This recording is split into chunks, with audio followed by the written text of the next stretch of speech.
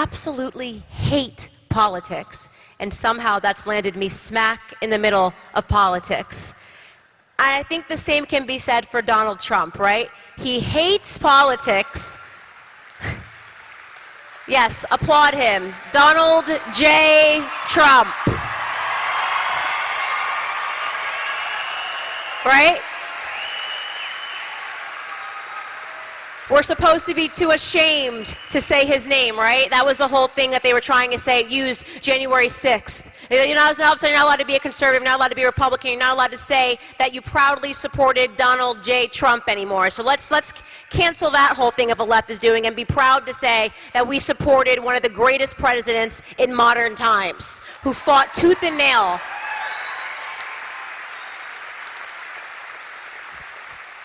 People don't understand the impossible odds that he was up against. And I remember as I was traveling the country while he was president, speaking in so many rooms, I would really ask people, and they would say, oh, but you know, I wish he didn't do this so much, didn't tweet so much. I wish he didn't do this so much.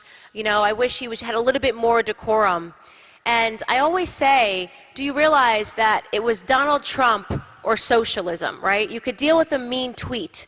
Are you ready to deal with the socialist ambitions that the Democrat Party has for this country? He went in there like a complete bulldozer because we needed somebody to bulldoze Washington, D.C. And he woke up a lot of people in the process, including me. I always, I'm going to pick this cord up so I don't fall on that.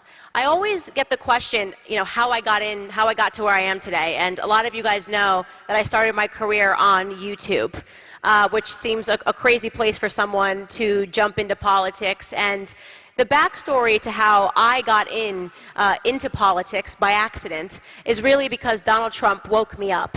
And what I mean by that is that when he came down that escalator with Melania, I don't care who you were, you had a reaction. And I had a reaction like most of the country. I said, please, no, never let that man become the president of the United States, right? I'm like, that's the guy that says you're fired, right? That is the guy that is on the TV screen. He's a cultural figure. He would be an idiot if he was president. He has no experience. These were all of the things that I said when Donald J. Trump came down the escalator, which is fine because me and him are friends now, but that was what I thought back in 2015. And it's so interesting because it was because of that, because I had those thoughts that actually led to my awakening. Because while I didn't think that he had the experience to be the president of the United States, I was shocked that rather than saying he doesn't have political experience, the mainstream media took a man that was loved by all of the country for years and decades, culturally loved, and suddenly tried to convince me that he was a racist, a sexist, a homophobe, a bigot, a transphobe. They called him every name in the entire dictionary, a racist, a sexist. At even one point, you'll recall, they called him incestuous. Remember the whole thing when they were doing that sick story? Oh, he has feelings for his daughter, Ivanka. They would not stop. They would not quit. And what it did for me is I started going, wait a second, I don't want the guy to be president either, but it's a bit bizarre to think that this man for decades was loved and nobody realized that he was literally Hitler, right? There were no stories that came out. Nobody was chasing him. There were no bad tales. Everybody wanted to be like Trump, especially if you're a black American in this country and you grew up listening to hip hop like me. All of the rappers, all the cultural figures would drop Donald Trump's name in their mixtapes. Everybody wanted to be like Trump. He was a symbol of status. He was a symbol of wealth. People loved him and adored him. Even Beyonce and Jay-Z have music where they would sing about sipping poolside at Mar-a-Lago.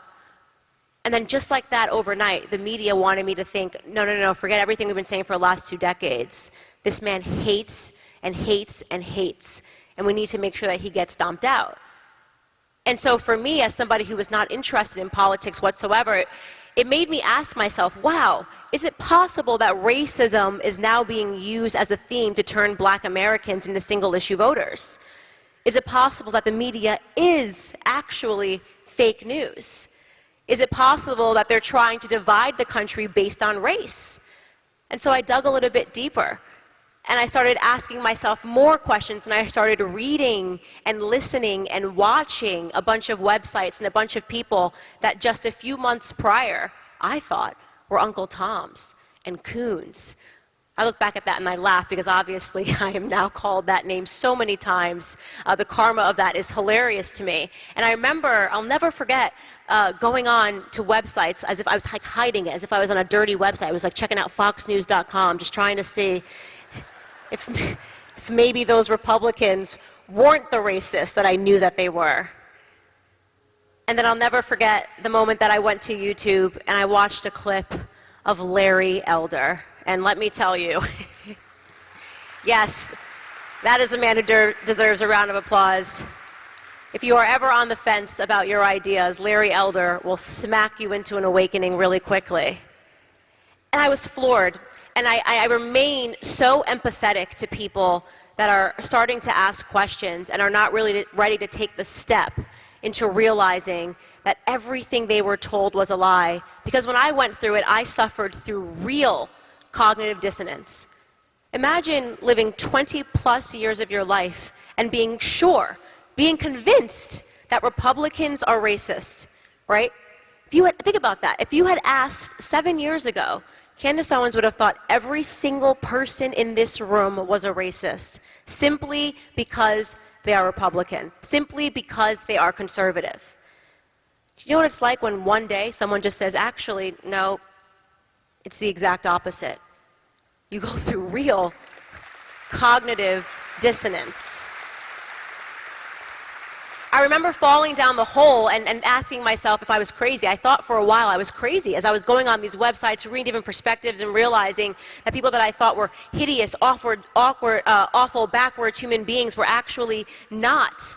That they had just been libeled and smeared for a very long time. And by the way, when I say that Republicans and conservatives are being libeled and smeared, I'm not talking about just the mainstream media. More importantly, I'm talking about the education system. I didn't invent the idea in my head. I didn't come up with that idea by myself that conservatives are racist. I didn't come up with the idea that Republicans are racist by myself. I was actively taught it in the school systems. Think about that for a second.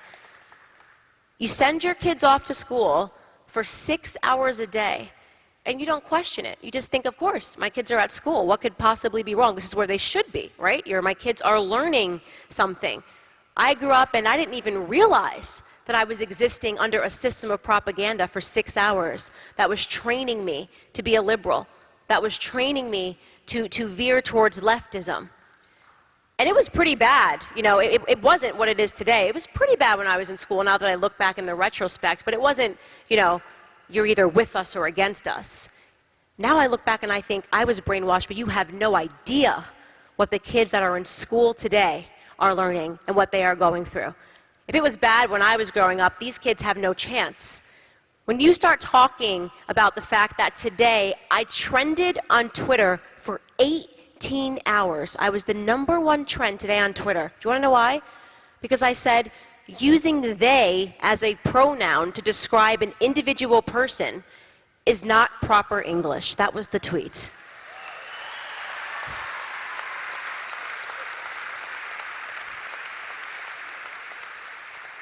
Five years ago, that wouldn't have been controversial, right? That would have been common sense. I mean, when I was in school, you had to learn pronouns, he, she, it, the singular pronouns, right? When you're describing a subject. 5 years later, and you're considered a bigot, and you can trend for 18 hours, and you can receive 50,000 tweets from people that are angry because you are a hateful bigot, because you refuse to acknowledge that there are non-binary babies. What the heck are we talking about in this country anymore?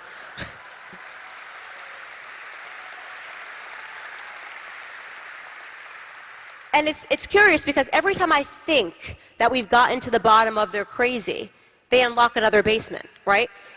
Right?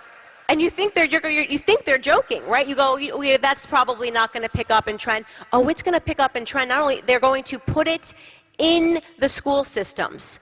When we talk about critical race theory, do you understand what we are taught? We are talking about the reintroduction of segregation under the guise of diversity in the school systems. They're actively teaching children to judge one another based on the color of their skin. That is what's happening in America today. And we know who's behind it. We know the Democrats are behind this. We know that they support this stuff. We know at the end of the day that their end goal is to destroy America and to turn it into a socialist country, right? If you ask me, I think if you look even behind the Democrats and you go, why would you want to destroy your own country? You've got China right behind them, right? You've got China that has taken so much control over so many things that are happening in this country, the media, the politicians, Hollywood, money is behind a lot of these institutions. But now the target seems to be specifically children. Children right now in this country are not safe in classrooms. The very definition of racism is looking at somebody, looking at the color of their skin and assigning a bunch of attributes to them. That means the concept of white privilege is racist. The concept of black oppression is racist. To look at somebody and say, because you are black, you are oppressed, and to look at somebody and say, because you are white, you are privileged, is racism.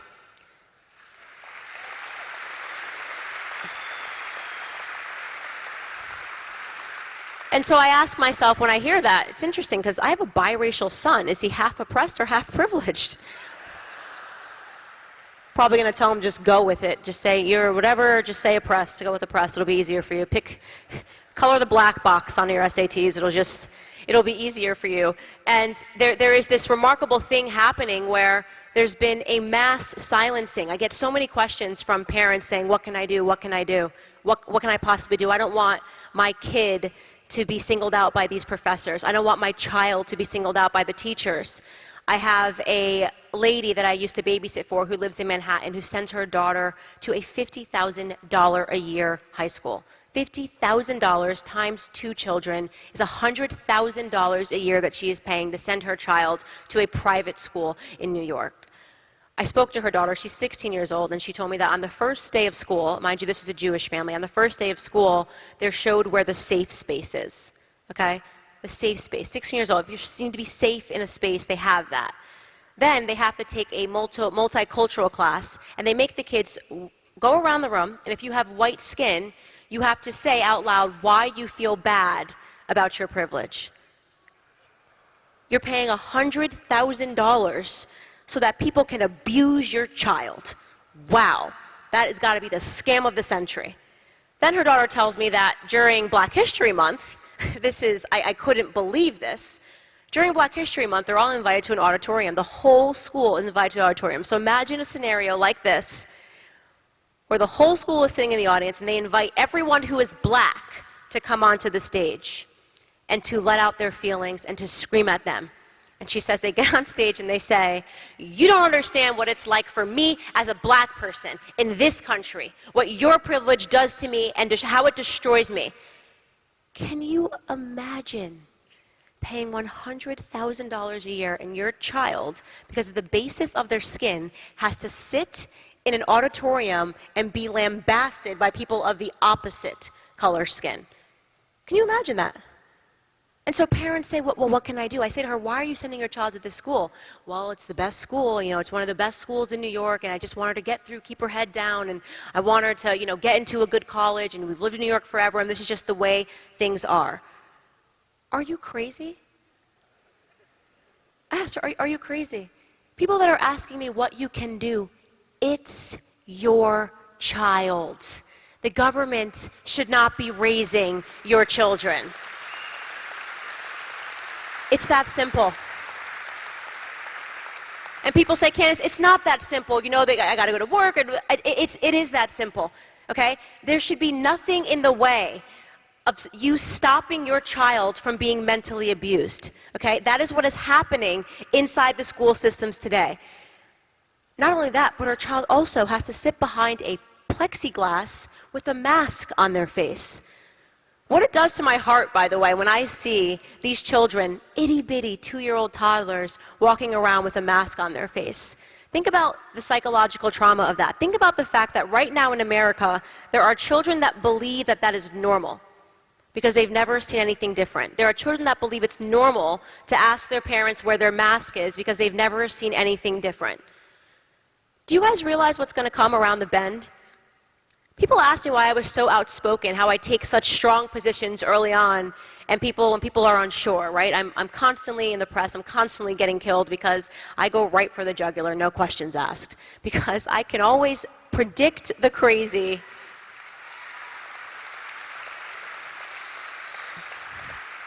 I just have a remarkable ability to just see the crazy coming down the block, you know? I could just see it. I will never forget the viciousness that I was hit with by both sides of the aisle, by the way, when the Me Too movement appeared, came out of nowhere. You know, suddenly it was hashtag Me Too, and it was trending on Twitter, and every girl was sharing their stories, and conservatives were silenced, and the left was giving them a platform, and everyone was saying, this is good. This is great. This is, of course, we should be talking about sexual assault and rape and rotten industries. That all sounds like a good thing. And it was so obvious to me that the left was going to use that as a tool to take people out, right? To say that we no longer believe in due process, that on the basis of a mere allegation, someone should be forced to step down from their job. I mean, I saw that crazy coming, right? And of course, this is what the left does. They like to create issues. They like to talk about issues that make people uncomfortable. We're dignified people. We don't want to be in a room. You never want to say to someone, oh, okay, maybe there's something wrong, you know, with just condemning people instantly for sexual assault allegations, because we're good people. Of course, but the reason that they go across and they find these subjects that make us uncomfortable is because it gives them so much power. When you're talking about race, they want white people to shut up. When they're talking about sexual assault, they want men to feel uncomfortable and for them to shut up. And when people are shutting up, that is when the left gets the most yards in the culture war, right? That is when the left runs the game in the culture war. Their goal is to make you feel uncomfortable to use your voice. Their goal is to silence Americans. People keep talking about the silent majority. I'm tired of the silent majority. I just want people to be the majority. Start speaking out and saying what you believe.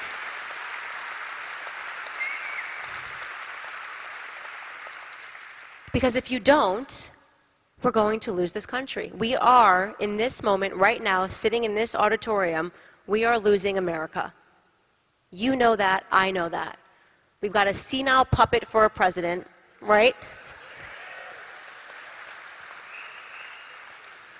And we've got a bunch of journalists that are basically trying to make it so that conservatives are not allowed to speak or meet or talk anymore.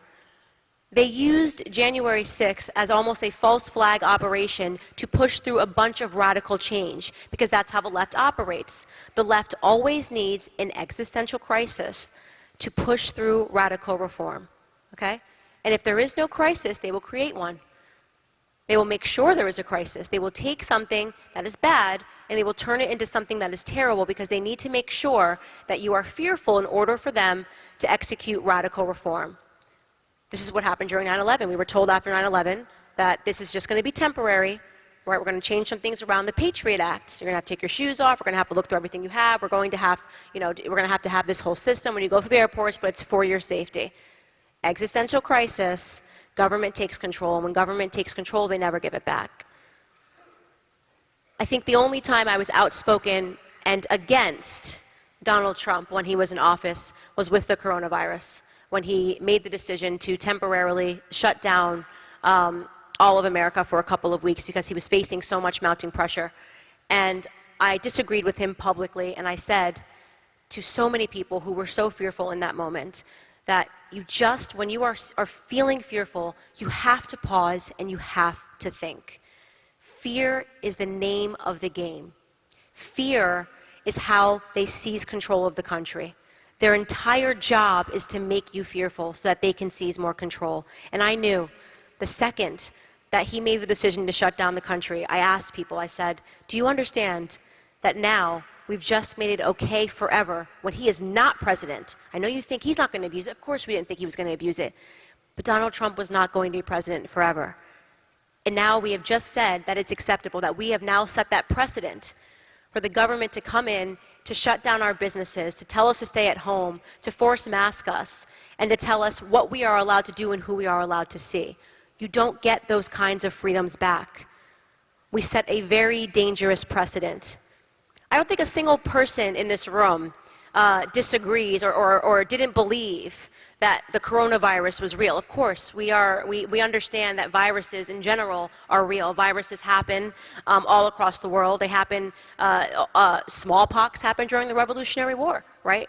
There are plagues that happen, there's suffering that happens. It's a condition of humanity. That was never the point. That was never the purpose of me speaking out against the shutdowns and against the lockdowns. It was because I realized that we were implementing a system, a global system, that was allowing people to take control and to take freedoms away from Americans. That's the situation that we're in today. That's the situation that we're in right now. That is why I've used my platform to speak out against this.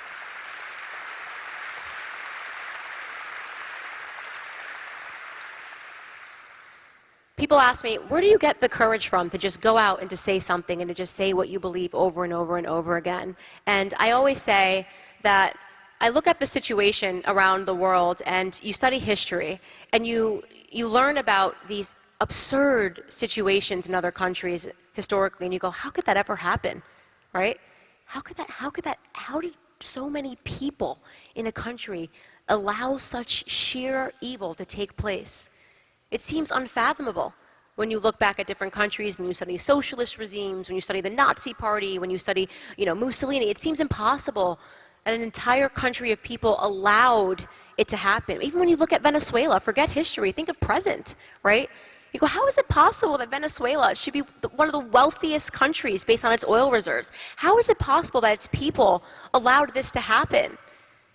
Well, this is how it's possible. This is how it's possible because people were too fearful to speak out. Because people were too fearful to be called a name. You're too fearful because you don't want your neighbor to call you a racist. Don't you think those people that lost their countries completely, if they could look back and say, man, I would have been actually totally fine being called a racist. I should have said something. I should have said this is wrong. Man, I would have been totally fine losing a couple of friends. I should have said something before we got to where we are today. I bet all of those people that lived in those countries during those times think that in the retrospect.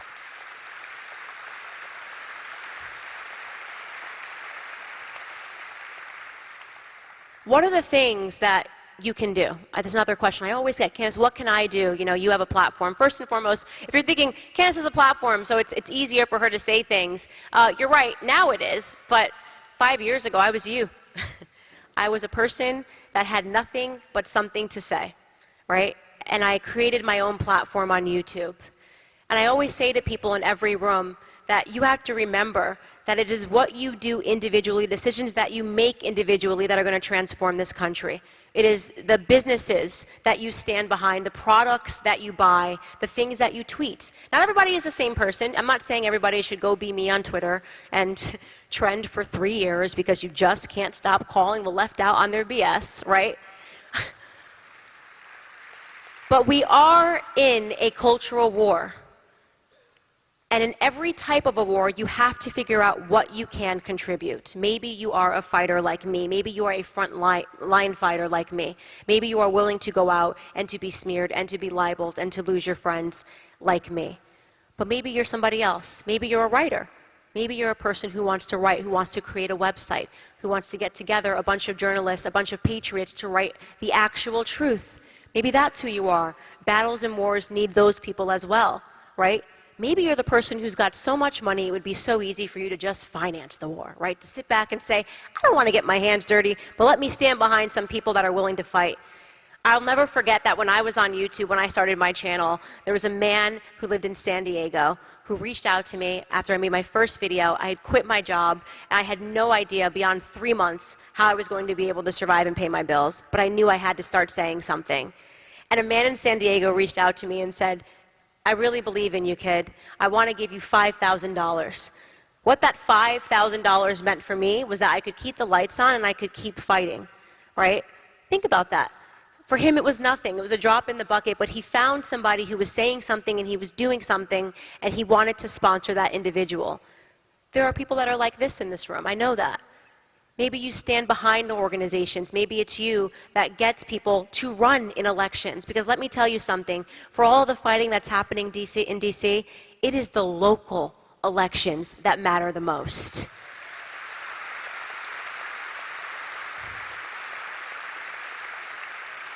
Run for the school board, right? We never hear these discussions being had, but we need to start thinking about the local elections. We need to start thinking about how we are going to make sure that this poison does not make it into the classrooms. We need to start making sure that the state houses are doing everything they can to clean up these elections, because let me tell you, if mail-in ballots are the way of the future, you can say goodbye to America.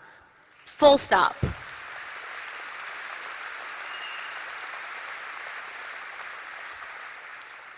I am not an extraordinary person. I'm not. And I make such a point to make sure people in every room understand that. I'm an ordinary person who is doing extra things right now, because every ordinary person should be doing extra things right now in America.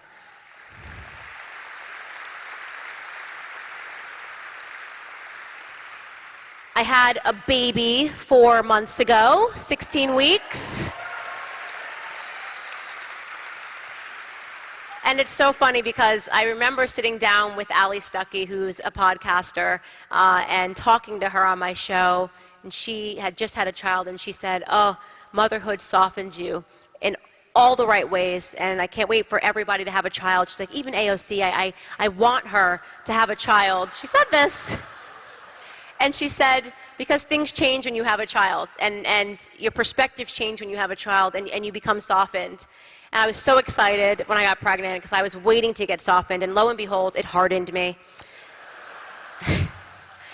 And it hardened me because suddenly I look at my child and I look at him and I think, is he going to grow up in the same America I'm going to grow up in? Suddenly the fight is a lot more serious for me, right? Before it's a political perspective, now it's my child's future. Is my child going to have to think that this is normal?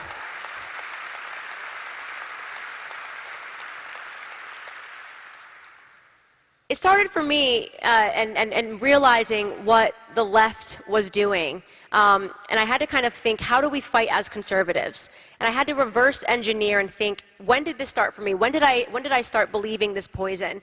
And it takes me back to my childhood. It really does. Because I really do believe that everything that the left is after right now in this country is destroying families, right? And because sometimes you look out and you go, what are they doing? Like, it just seems like they're everywhere all at once, just starting fires, a little fire over here, a little fire over there, and we're just running side to side trying to put the fires out. And what's actually connecting all of these fires if the left is starting? All of these fires if the left is starting, what is the connection? What is the thread that ties them all together? Why are we talking about gendered, non-gendered restrooms, right? Like, that seems like a random fire to start. Like, nobody ever was stressed out when they saw the word bathroom on a sign. No one was like, oh my gosh, this is horrible. But the left picked up this battle and they stuck it to us, and suddenly we are like really in the throes of, we need bathrooms that say non-binary, full inclusion. We've got more than 26 genders. Like, why did they pick that particular battle, right? Then you look over and then you see the feminist camp, right? And you've got the women that are screeching about the patriarchy, and they want to undo traditional families, and they need men to understand how horrible and backwards they are. And they're going, why is feminism becoming so toxic, right? It's not so much toxic masculinity that concerns me as much as toxic feminism does right now in this country. You go, what's up with that, right? Then you think, what the heck is going on with, okay, you guys, you had the abortion battle, and now they're talking about wanting to abort children at 9 months in the womb. What the heck is going on? What do these three crazy things, all of these crazy things that the left is doing, have in common? And the answer is family. That's what the left is trying to do. They're trying to destroy family. If you've studied Karl Marx, if you've studied the Communist Manifesto, you know that Marxists have always wanted to attack the family. That was seen as a structure that had to be destroyed in order for Marxist ideology to flourish.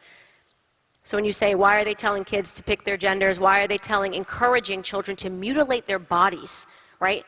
telling them in kindergarten classrooms that they can pick their genders in California.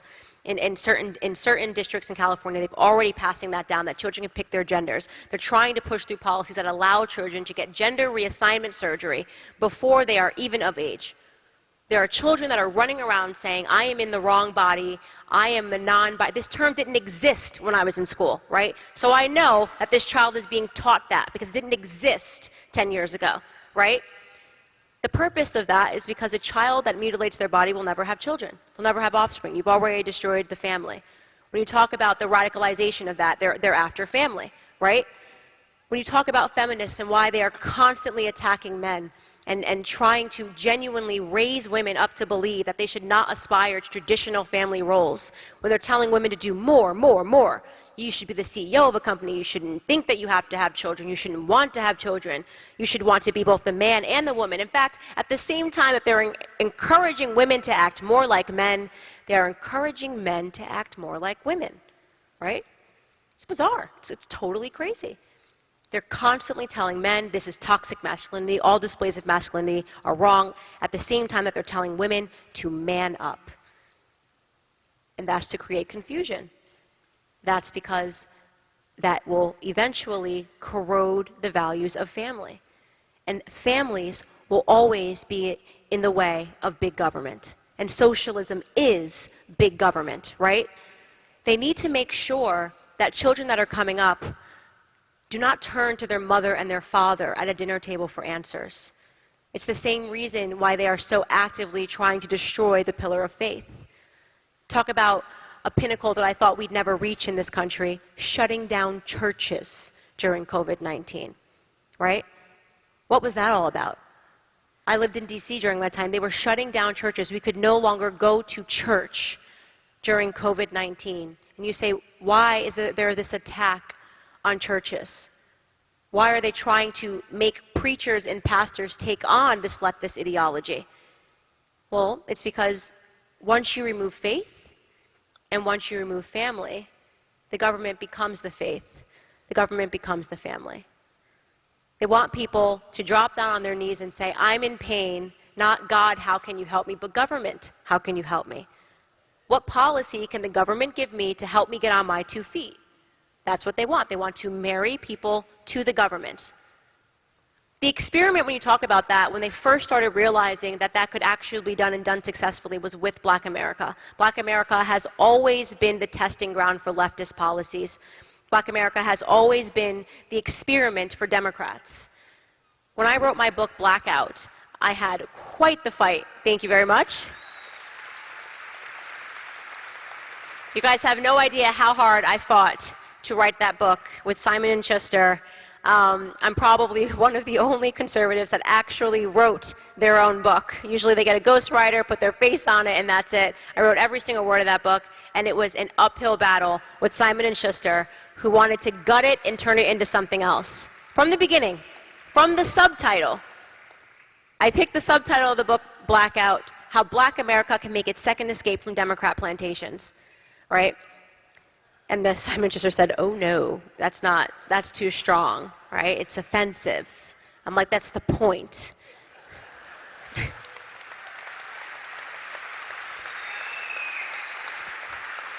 And then the Washington Post ran a hit piece on me saying that I've popularized the phrase, Candace Owens has popularized the phrase amongst Republicans, Democrat plantation, and how dare she, that is so offensive.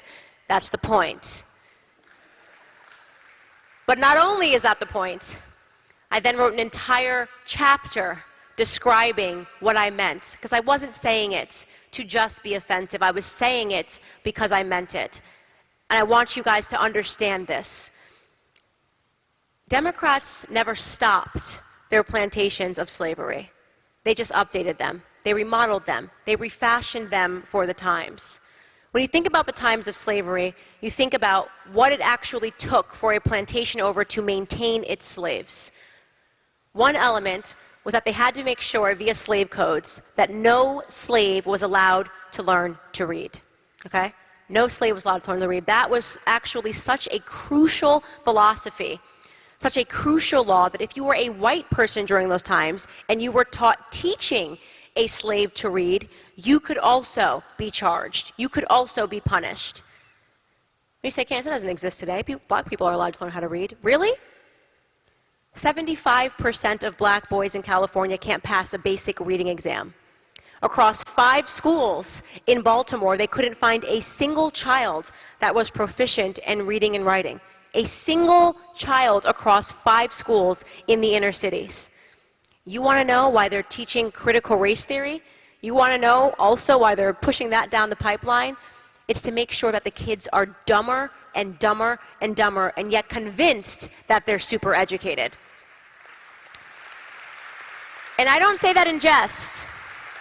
I do not say that in jest. If you read Thomas Sowell like I do, which I recommend you do from cover to cover always, he wrote a book called Inside the American Education System, The Lies, the Dogma, and the Deception. And in this book, I was floored to learn that Americans that are living right now, we are producing literally, I'm not saying this to be funny, the dumbest kids that have ever existed in America.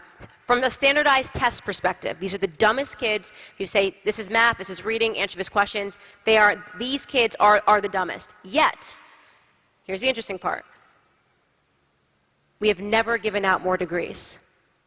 So these kids have the most degrees, and yet they are factually speaking dumber than they've ever been. That's an interesting equation, right? It's an interesting equation. You got to think about that. You have to say, why would we do that? Why are we handing out degrees? How is it possible that we're handing out more degrees? These kids have the most degrees that we've ever had, and yet they're dumber. How does that work? Well, it works because if you do a cursory search and you see what children can actually study in school, you'll be shocked what you can get a degree in. You can get a degree in gender studies. I thought I checked it off in kindergarten when they said 2 genders, boys' bathroom, girls' bathroom, right? Now you can spend 4 years learning what it took me in 1 class in kindergarten to learn. That's a meaningless degree. You can get degrees. You can get degrees in civic responsibility, social responsibility. They're handing out woke degrees and keeping kids for 4 years, putting them in debt $100,000, like me. I had $100,000 of student loan debt, to give them a meaningless degree. Why are they doing that? Well, because they know that these kids will come out and they will know nothing, but they will be convinced that they know everything. They want them to be passionately stupid. That's the only way to describe it. To be passionate about their stupidity. And you might say, why does the government want that, right? Because imagine being a kid who spent 4 years getting your gender studies degree, being so convinced and so pompous and so arrogant and going out into society, and finding out that you can't get a job. Because as it turns out, we don't need that many people that are majors in gender studies to get the day going, right? And so you imagine being that kid who then sees the kid that he went to school with that didn't go to college. That kid's fixing air conditionings, and he's making 6 figures because it turns out we need a couple of people that can do some plumbing and can fix some air conditionings.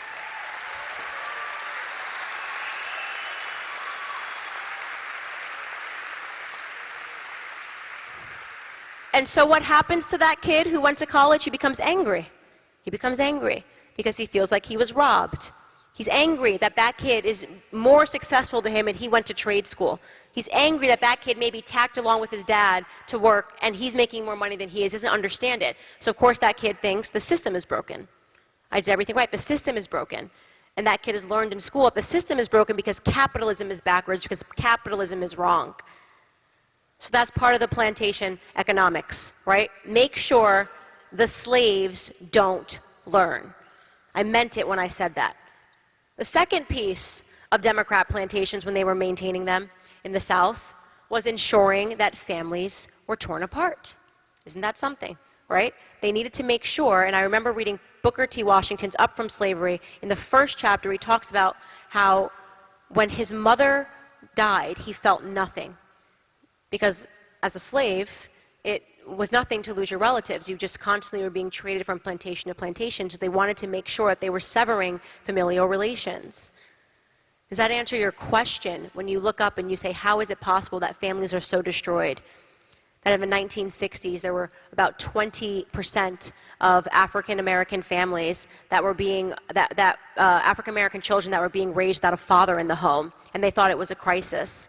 Today that number is 75% of black children that are being raised without a father in the home. Father absence is one of the biggest epidemics that we are facing in this country if you want to talk about a pandemic.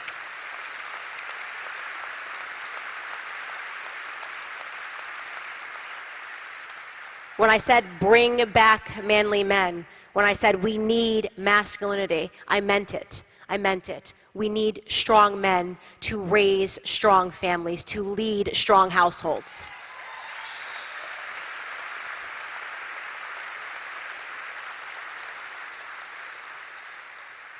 The left understood that. The left understood that forever. The Democrats have understood that forever, and that is the reason why they routinely attack families. It's why they want your children to mutilate themselves. They want to make sure they're so confused and so backwards, by the time they wake up, it'll be too late. It'll be too late, because your family will be broken down in 1,000 different ways. That's why they want abortions, more abortions. That's why they want people to believe that it's irresponsible to have children, says the Green New Deal. It's irresponsible, because the planet's going to be dead in 10 years. How many of you guys survived the planet being dead from the time you were in high school? Because I was told, crazy. Look at that. We should go buy a lottery ticket, right? When I was growing up, it was global warming. Global warming was going to get us all. The polar bears were going to drown, and we were going to die. And then I learned, and I believed it, of course. They made us all watch in school Al Gore, I almost said Al Sharpton, Al Gore's Inconvenient Truth. And they said the planet's going to be gone. Right? It would be irresponsible for you guys to have children. We need you to be activists about the environment. Little did I know that they had done that over and over again. There was the ozone layer. There was the acid rain generation. Those poor kids. Imagine being scared every time it rained. Imagine if you lived in, like, Seattle. That would be horrible. I mean, like, just... There was global cooling, that generation, global cooling. They were told that things were going to freeze over. And over and over and over again, because at the end of the day, they're already trying to tell children, converting them into little activists, using the environment as a new type of religion, right? Pledge your faith to environmentalism. The left knows that faith is never destroyed, it's just replaced, right?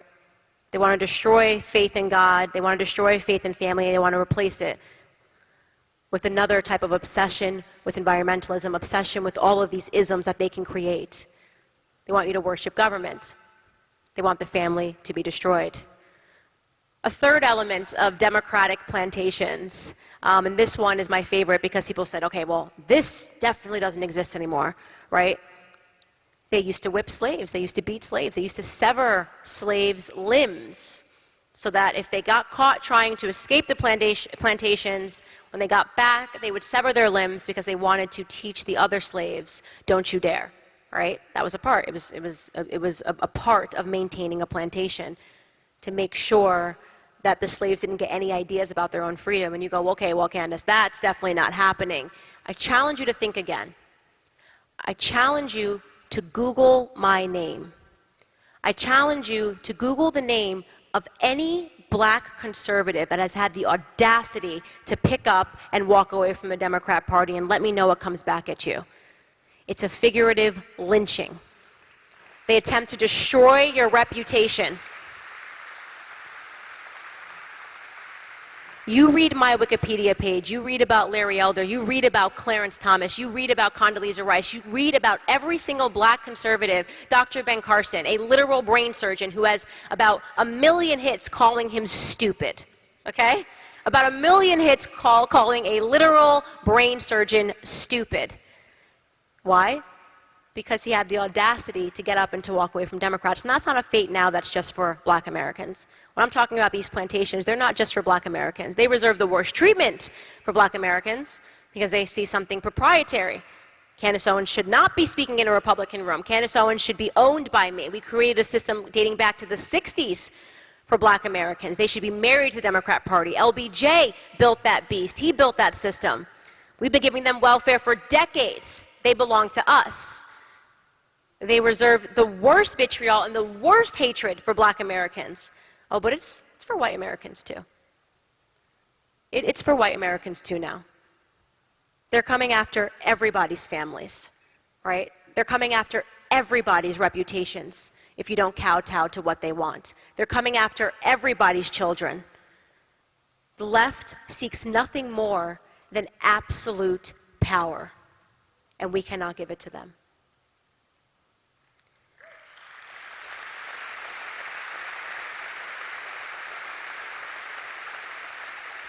How many people in this room have my book?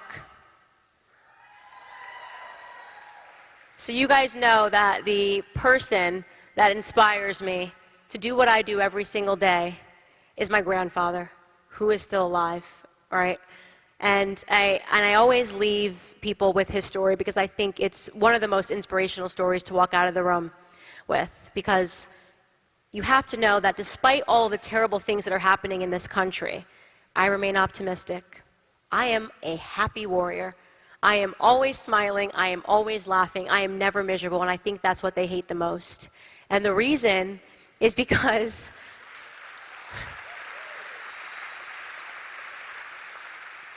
I've got something they can't take away from me, right? I've got genuine, pure love and an understanding for what is genuine and what is purity and what is love. And I have my grandfather as an example, as the ultimate pillar of my life, really.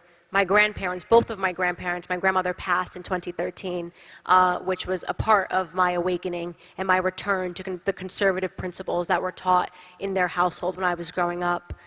My grandfather was raised in the South, in the segregated South, in North Carolina. And one of the most fascinating things about hearing his stories of what it was like to grow up with the real Ku Klux Klan. You know, they like to talk about Klansmen now. If you ever want to get a leftist upset when they talk about Klansmen, say, where are they? They go, well, you keep bringing up the Klan. Where are they? Like, where are their meetings? Where are they having them? You know, it's kind of just become like an idea now that they like to throw around when they're talking about Republicans and conservatives. But when my grandfather grew up, it was the real Klansmen. You know, the real hooded knightsmen that would come around and they would harass and they would do terrible things to black Americans, among them being my grandfather and his father. They hated my grandfather's father. And so I remember I asked my grandfather about 3 years ago, we were sitting down and just kind of talking about life and reminiscing about his childhood, because I'm at that age now where I just want to know everything. Right? I want the wisdom. I want to know every story of his childhood. I want to know what it was like. I don't want to lose those memories for the Owens family. And he talked about the Klansmen shooting bullets into his home at night. And I'm sitting there, you know, eyes wide.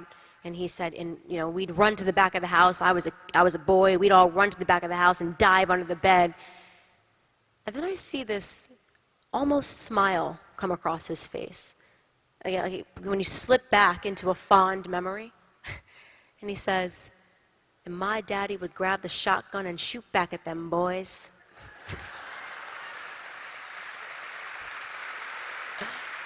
It's just,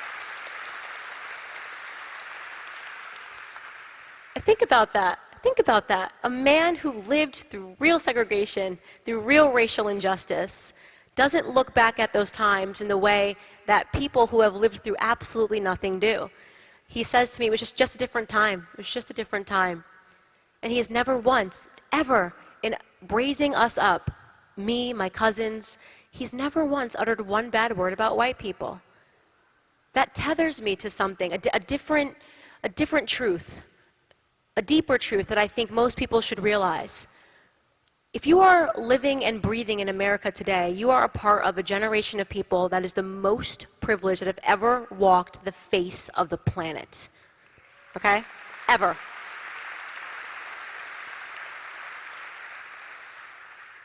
We have the most privileged people that have ever lived, and they're also the most miserable. They've lived through absolutely nothing, but they're certain they are living through tragedy every single day. I ask people when they say, what inspires you? Find out what inspires you. Who's your granddaddy?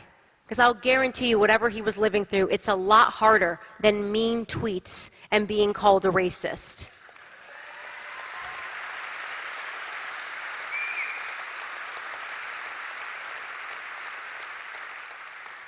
My granddad's first job was when he was 5. laying out tobacco to dry on a sharecropping farm. Could you imagine that? 5 years old in Fayetteville, North Carolina. He said he'd have to get up before the sun came up, otherwise it was too hot in the Carolina heat. That was his first job. He worked with his hands his entire life. He still, to this day, even though he's retired, gets up at the crack of dawn, 4 o'clock a.m., because he just feels like he needs to be working, no matter what the task is before him. My grandfather, despite living a life that started on a sharecropping farm, is now living out the rest of his life back on that same sharecropping farm, but he owns it.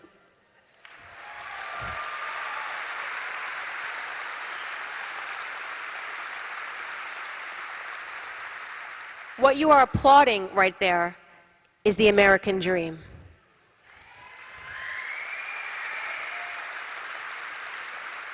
The American dream that is guaranteed to each and every person, which is that no matter who you are, you can come to this country, and if you are willing to work hard and you are willing to stay out of trouble, you can make something of yourself. That's the American dream that we are fighting to protect right now.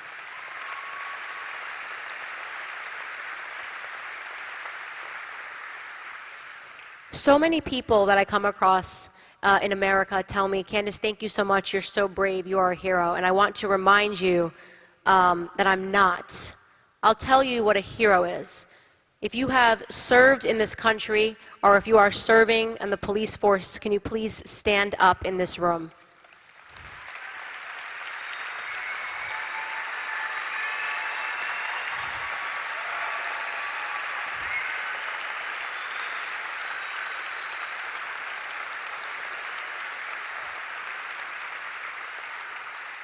Those are your heroes.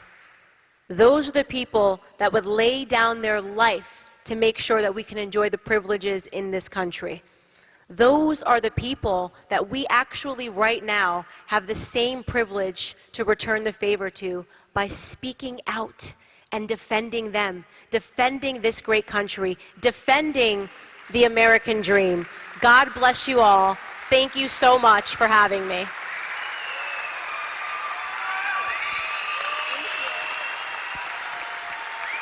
Thanks for watching, and if you haven't already, please consider subscribing to our channel. And while you're at it, please leave us a comment. Thank you for watching.